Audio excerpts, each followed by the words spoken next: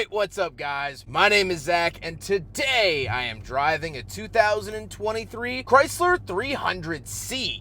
Up front is a 6.4 liter V8, and down below is an 8-speed automatic transmission. Now, I am super excited to be driving this 300C for one main reason.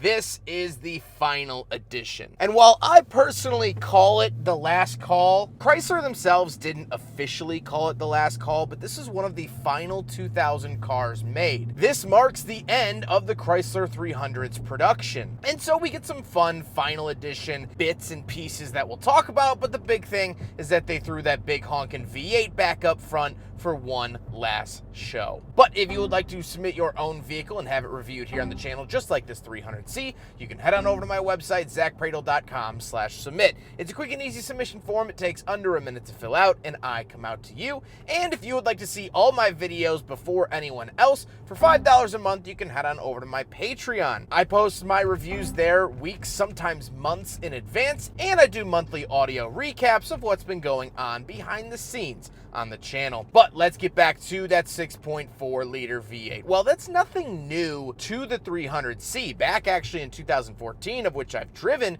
they had an SRT 300 that came with the 6.4 liter. However, they took it away in 2015 and said that they would never do it again. But when they announced that they would be ending the 300, they did it one last time in very Mopar fashion. So this is a celebratory engine. It's a big engine and the largest engine that the 300C ever received. It was never supercharged from the factory. It's a fantastic engine. I love the 6.4 liter. It's so good. But I understand why they didn't do it all the time. It's not a big volume seller, and not everyone needs Goliath under the hood. But for those that wanted it, they could get it. And get it, they did. Like I said, paired to it is an 8-speed ZF transmission, meaning this car is basically a Scat Pack Charger or Challenger underneath. It's a really good transmission because Chrysler doesn't make it. They actually outsource it to ZF, which is a German company, and they know a thing or two about gears, so it's actually really good. Last but not least about the drivetrain of the 300C is the fact that it is, of course, rear-wheel drive. How does it feel to drive the 300C with the 6.4 liter? Well, it's really good. It's quick, and it makes all the right noises. This is the livened up version of the 300C, and this is really the 300C that you want. It is a muscle sedan, and there's no two ways about that. There's no arguments, there's no ifs, ands, or buts. Visibility is actually pretty good. You wouldn't assume just because it is kind of that big, bulky sedan, but visibility is fine, ride quality is great, and steering isn't too heavy. So overall, it's a really, really fantastic driving experience, and that's why you would buy something like this. No grip. No grip. Grip!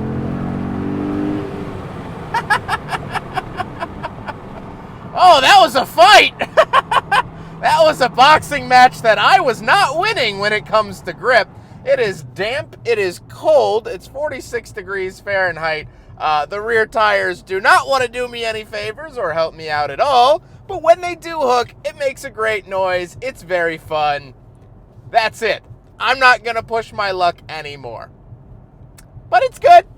With that stuff out of the way, let's talk about the interior. Well, in front of me, I have a mix of physical and digital gauges. Off to the left is my tachometer, and off to the right is my speedometer, but then I get a digital screen in the center, which I'll swipe through some of the information here. I think it's clear and easy to read, and I like the fact that I get that customization while keeping the speedometer and tachometer where they are. They're not moving around all the time. On the steering wheel, on the left, we have our selectors for that gauge cluster screen, as well as our phone options. And off to the right, we have our cruise control options, of which we do have adaptive cruise as well. They are two different buttons, but we do get adaptive cruise in the 300C. Off to the left, we do get a climate control vent and our headlight switches. And moving out of the door, we have 2 levels of memory seat, power mirrors, power locks, and power windows. Moving into the center, we do get an analog clock. I always love that Chrysler did this for years and years and years. Always adds that little tick of upscale feel. 2 climate vents and the infotainment. This is the Uconnect system that Dodge, Jeep, Ram Chrysler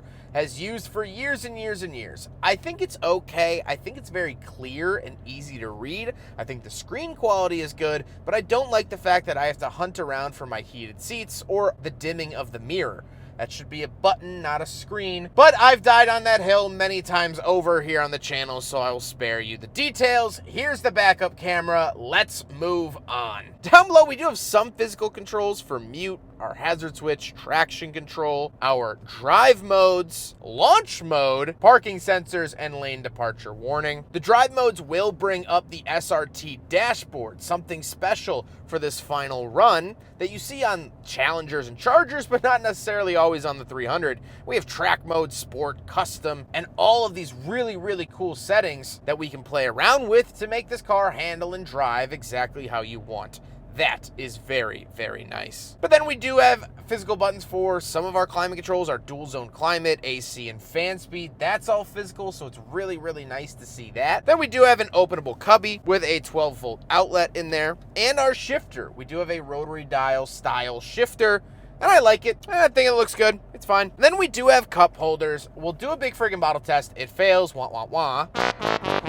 But as I've mentioned in other 300 videos, these actually have heated and cooled cup holders. While they might not form ice cubes or boil water, it does keep it in a nice temperature range. If you have a hot coffee, you can help keep it hot for just a little bit longer during your drive. That is really, really nice to see. Then we do get a center console and the seats. The seats are heated, ventilated, power, and memory, and I really, really enjoy them. They are a very good look and very good feel. This is something that you're really going to notice over Chargers and Challengers. While they are comfortable as well, the 300 definitely pushes that comfort more than its siblings. So if you want the most comfortable ride with that 6.4 liter, this is it, or of course you can move up to the Durango, but that's a different classification of vehicle. However, speaking of seats, we do have back seats, so let's go do a back seat review. All right, so we're in the back of the 2023 Chrysler 300C, final edition, last call, whatever you want to call it. And a couple of things to note. First of all, I'm 5'11", not a small guy, and I fit back here really comfortably. The back seats aren't as comfortable as the front seats, but they're on their way. Down below, I do have 2 climate vents, heated seats, and USB-A, which is very nice to see all of that. But like I said, I fit back here. I can go on a V8 powered rocket ship ride sitting in the back, or I guess you could take your buddies along with on your rocket powered fun. So very, very cool to see all of that. We do get to enjoy the large panoramic sunroof, which is nice to see. And we do have a center console with 2 cup holders. So lots to love in the back of the 300C, but let's hop into the very back. We'll talk about the trunk and cargo space, and then we'll talk about the looks. The unfortunate bit about living here in the Midwest is that this car was clean, but literally just, I don't know, half hour, 45 minutes of driving has done it quite the disservice. Trunk button here on the key fob, pop it twice and it will pop all the way up. Very nice to see that. And of course you do get that big gangster trunk around the back of the 300C. I don't really get any crazy amenities back here or anything like that. No crazy outlets or coffee makers or whatnot, but you do get a pretty good sized trunk, and that's what I like to see. Pull it down with the handle in there. Oh, got to do it a little bit harder. There we go. Love to see the back of the 300C. Now we got to talk about the looks, and I really like the look of the 300C. Now, of course, we do get that badge up at the front that we also saw on these seats, denoting its final special edition and sort of the closure of the name, at least for the time being. But overall, the 300C has just always had presence. That's been the biggest thing, is this thing has presence. You see this pull up outside your house, it's either a great day or a terrible day, just depending on who or what you might owe money to. And I've always liked that part of the 300C. I think they've always been good looking. With all of that being said, let's get on to my final thoughts. What do I think driving the Chrysler 300C, technically last call, final edition, whatever you want to call it? Well, I like this car a lot, and it does feel like a decently worthy send-off for a nameplate that's been around for a very, very long time. Not only in its current iteration going back to the mid-2000s. But in the 60s, 70s, there were Chrysler 300s. This was a mainstay for Chrysler for a very long time. And so while it is easy to mourn this vehicle, it also makes sense about why they canceled it. Their best year of sales for this car was 2012,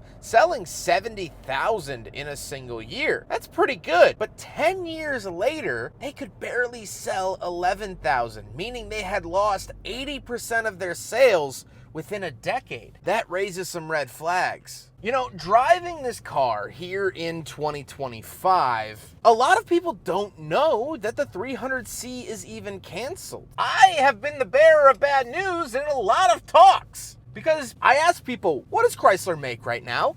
And they go, well, surely the Chrysler 300, the minivan. And I go, nope, they make one car, the Pacifica. That is the only car they currently make. Technically, they make the Voyager, which is just the Pacifica with less features. And so driving it here, as I was saying, is kind of like being on a boat and you cast off from shore. But right now, I can still see the shoreline. I can still see Grandma's house. I can still see the port that we took off from. I can see the lighthouse. And it's fine and dandy. It feels like this car is still in production. But as time goes on, and as this video lives here on YouTube, the shore is going to get further and further away. And a storm is going to roll in. The fog is going to set in. And this car is going to become a distant memory. So why not? Why not send it off with one of the best naturally aspirated engines that Chrysler ever conceived? Why not send it off with some special badging and looks that could kill? That's exactly what Chrysler has done. This car is a swan song. It's the final ballad. It's the humble third act of an action movie. The star gets the girl, the world is saved, and the innocent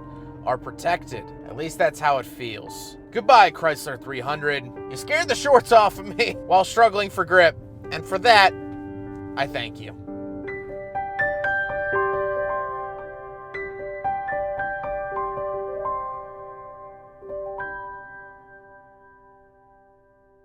I hope you guys enjoyed the video. Huge thank you to Mo for letting me borrow his 300 for today's video. Mo has been absolutely wonderful to work with. He collects these cars, and he said he would never buy a new one unless they brought the 6.4 back, and he is a man of his word, and he bought this when they brought it back. So Mo, I appreciate you letting me drive your 300 here today, but I hope you guys enjoyed the video. Don't forget to rate the video, comment on the video, and subscribe if you really liked it. Take care, guys.